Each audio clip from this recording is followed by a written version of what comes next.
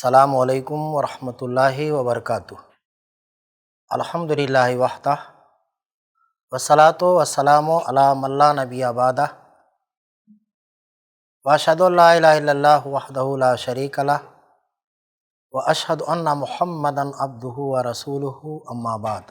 عزیز طلباء اور طالبات، آئی پلس اکیڈمی میں آپ سب کا خیر مقدم ہے۔ ہم لوگ اردو گرامر پڑھ رہے ہیں اور اس فن کے آخری مرحلے میں ہیں۔ کتاب کے آخری اسباق آپ پڑھنے کو ہیں۔ پچھلے سبق میں ہم علم بلاغت کے متعلق پڑھ رہے تھے۔ ایک سوال کا جواب آپ لکھ رہے تھے لیکن سوال مکمل نہیں ہوا تھا، لہٰذا آج کے سبق کا آغاز ہم گزشتہ سبق کے جواب کی تکمیل سے کریں گے، لہٰذا آپ کو چاہیے کہ آپ لوگ اپنی اپنی کاپیاں اور قلم نکال لیں۔ میں بورڈ پر چل رہا ہوں، آپ سب لوگ بھی لکھنے کے لیے تیار ہو جائیں۔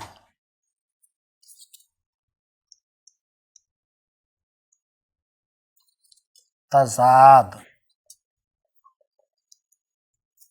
جب شاعر اپنے کسی شعر میں تو ایسے لفظوں کا استعمال کرتا ہے جو ایک دوسرے کے ضد ہوتے ہیں، تو ایسی صنعت کو صنعت تضاد کہتے ہیں۔ جیسے یہ رات دن کی آمد، شام و سحر کا جانا، یہ تیز گام دریا، یہ صاف صاف چشمے۔ یہ تیز گام دریا، یہ صاف صاف چشمے، اس میں دیکھیے رات دن، شام و سحر، دریا اور چشمہ، یہ ایک دوسرے کی ضد ہے۔ تجنیس: جب شاعر اپنے کسی شعر میں ایسے لفظ کو دو بار استعمال کرتا ہے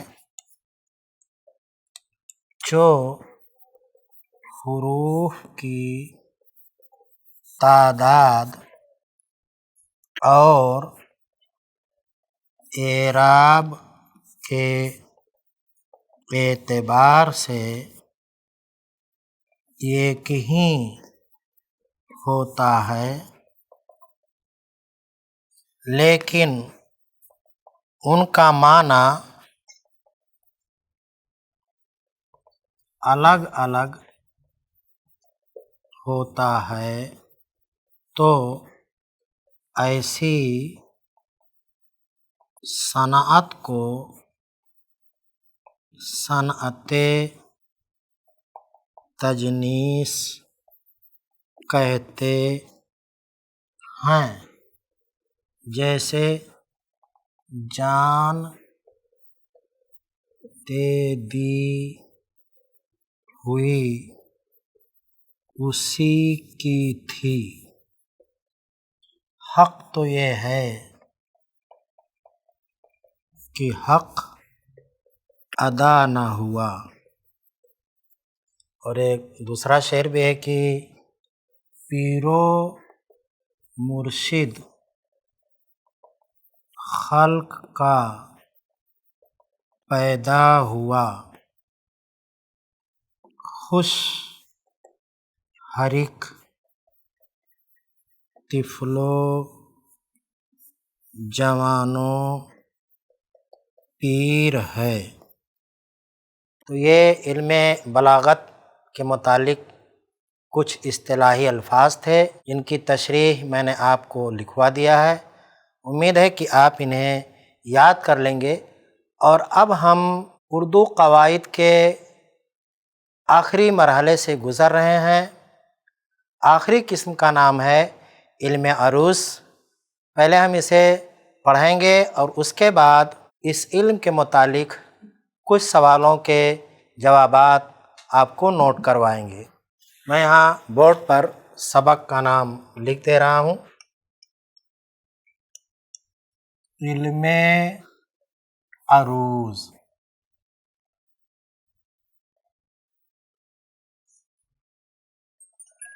عزیز طلبہ اور طالبات، جب ہم علم عروض کا نام سنتے ہیں تو سب سے پہلے ذہن و دماغ میں یہ سوال اٹھتا ہے کہ یہ کون سا علم ہوتا ہے، یا یہ کہ علم عروض کسے کہا جاتا ہے۔ تو مختصراً آپ یہ جان لیں کہ علم عروض اس علم کو کہتے ہیں جس کے ذریعے شعر اور غیر شعر، یا آپ یہ کہہ لیں کہ شعر اور نثر میں فرق کیا جاتا ہے۔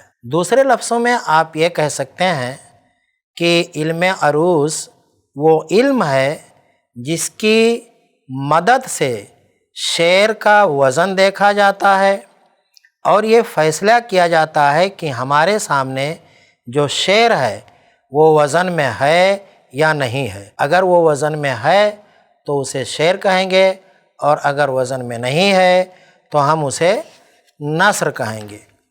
اس تعلق سے آپ کی کتاب میں بہت ہی مختصر گفتگو کی گئی ہے۔ علم عروض کے تعلق سے صاحب کتاب نے صرف ردیف اور قافیہ کا ذکر کیا ہے۔ یہ ردیف اور قافیہ کیا ہوتا ہے اسے آپ مثالوں کے ذریعے سمجھیے۔ صاحب کتاب نے یہاں 2 اشعار لکھے ہیں۔ پہلا شعر ہے: میری معصوم دعاؤں کو الہی سن لے، میری مغموم صداؤں کو الہی سن لے۔ دوسرا شعر ہے: مجھے اسلام ہر ایک چیز سے پیارا ہو جائے، جان دے دوں جو اگر تیرا اشارہ ہو جائے۔ یہ دونوں شعر یہاں پر صاحب کتاب نے لکھے ہیں، اور ان کے تعلق سے تشریح کرتے ہوئے لکھتے ہیں کہ تم نے نظمیں پڑھی ہوں گی۔ ہر نظم میں کئی اشعار ہوتے ہیں اور ہر شعر میں 2 مصرعے ہوتے ہیں۔ مثال کے طور پر اوپر کے دونوں اشعار پڑھو، تم دیکھو گے کہ ہر شعر میں پہلا شعر کہ پہلا مصرع میری معصوم دعاؤں کو الہی سن لے یہ ہے، اور دوسرا مصرع میری مغموم دعاؤں کو الہی سن لے یہ ہے۔ اسی طرح سے جو دوسرا شعر ہے اس کا پہلا مصرع ہے: مجھے اسلام ہر ایک چیز سے پیارا ہو جائے، اور دوسرا مصرع ہے: جان دے دوں جو اگر تیرا اشارہ ہو جائے۔ قرین اشعار کو دوبارہ غور سے پڑھو، تم محسوس کرو گے کہ ہر شعر کے دونوں مصروں میں کچھ الفاظ بالکل الگ ہیں۔ پہلے شعر میں آپ دیکھیں کہ کو الہی سن لے، کو الہی سن لے پہلے شعر کے پہلے مصرعے میں بھی ہے اور دوسرے مصرعے میں بھی ہے، کو الہی سن لے۔ تو ایسے فقروں یا الفاظ کو ردیف کہتے ہیں جو شعر کے مصروں کے آخر میں آتے ہیں، یا شعر کے دوسرے مصرع کے آخر میں جو الفاظ یا جو فقرے بار بار آتے ہیں انہیں ردیف کہا جاتا ہے۔ یہ ردیف جو ہوتا ہے اس سے پہلے ایک کوئی لفظ ہوتا ہے اور وہ لفظ اس طرح سے ہوتا ہے کہ اس کے بعد دوسرے شعر کے ردیف سے پہلے بھی جو لفظ آتا ہے وہ حرکات و سکنات وزن میں اور حروف کی تعداد میں اور آواز میں بالکل یکساں ہوتے ہیں۔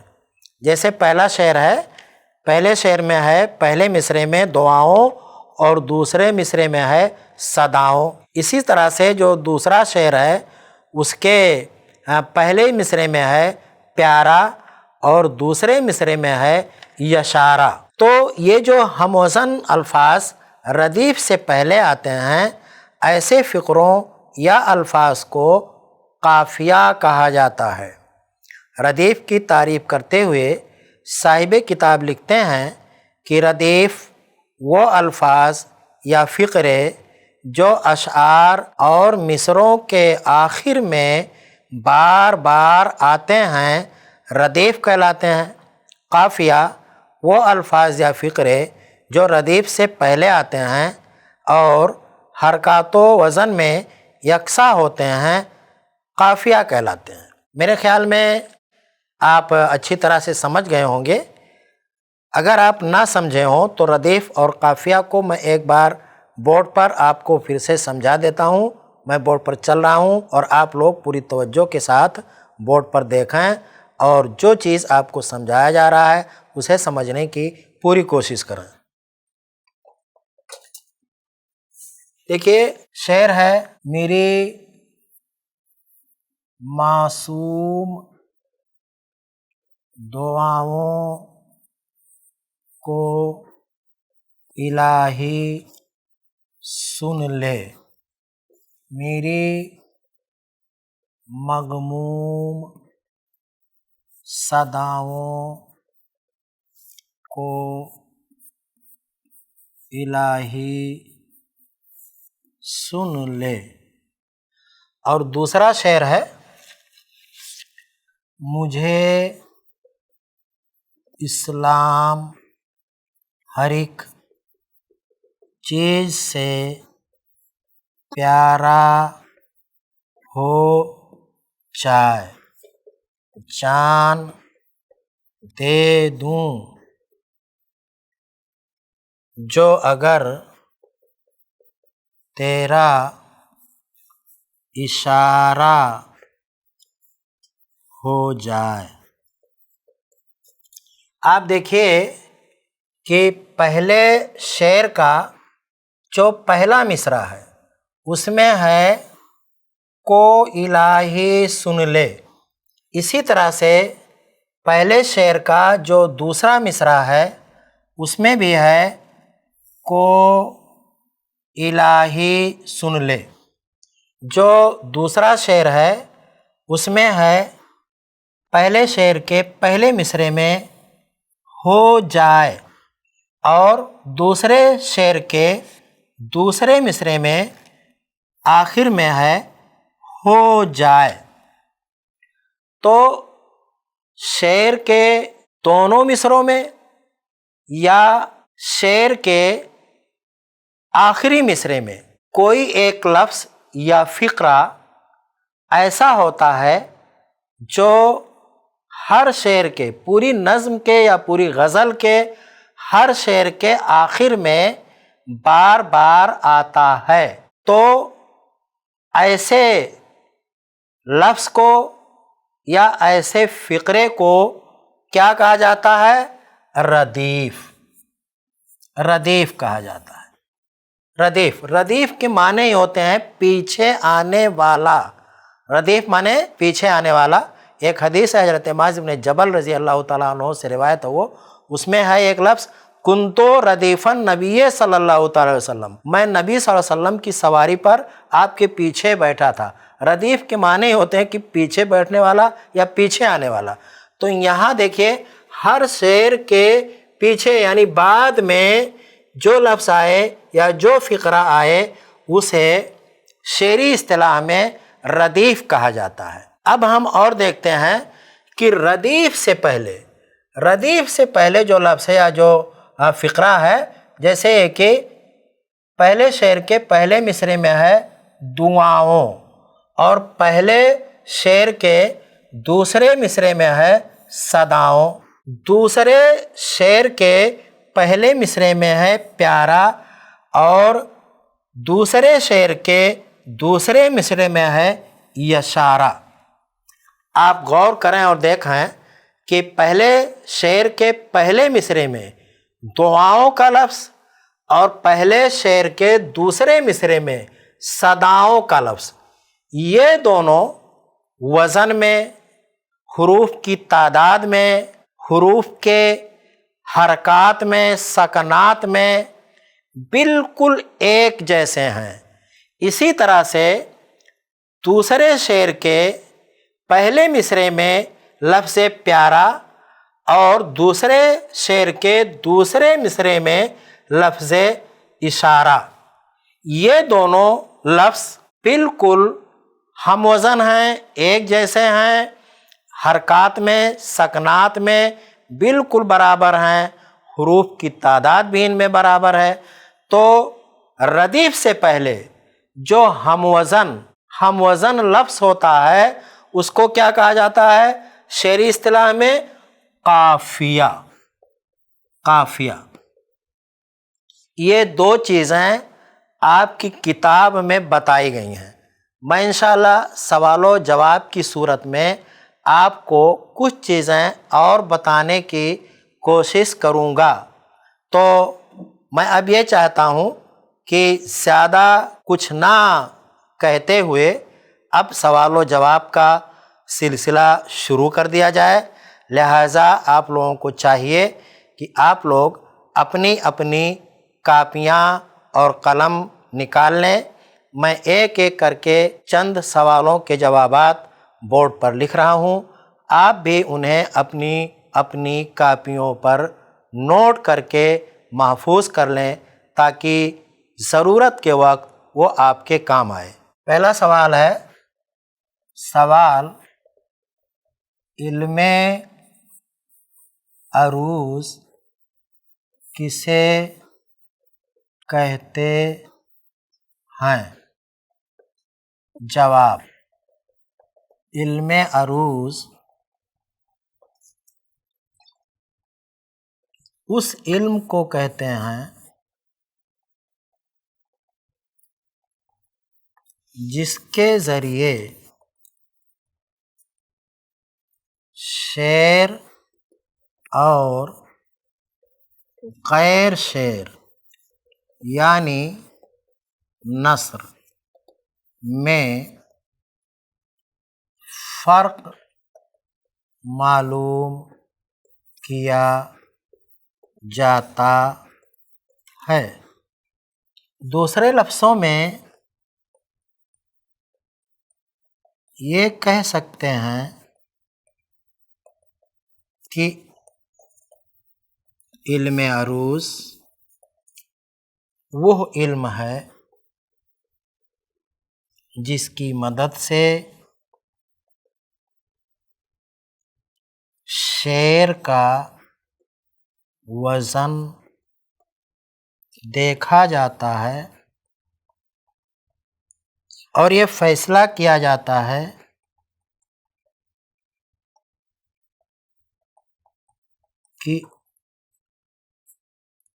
کہ ہمارے سامنے جو شعر ہے وہ وزن میں ہے یا نہیں ہے۔ سوال، چونکہ آج کے سبق کے لیے مقرر کیا گیا ہمارا وقت ختم ہو چکا ہے، اس لیے انشاءاللہ شعر کے متعلق جو سوال ہوگا اور علم عروض کے متعلق جو دوسرے سوالات ہوں گے ہم اسے اگلے سبق میں معلوم کریں گے۔ تب تک کے لیے آپ ہمیں اجازت دیں، انشاءاللہ کل پھر ہماری ملاقات ہوگی۔ السلام علیکم ورحمۃ اللہ وبرکاتہ۔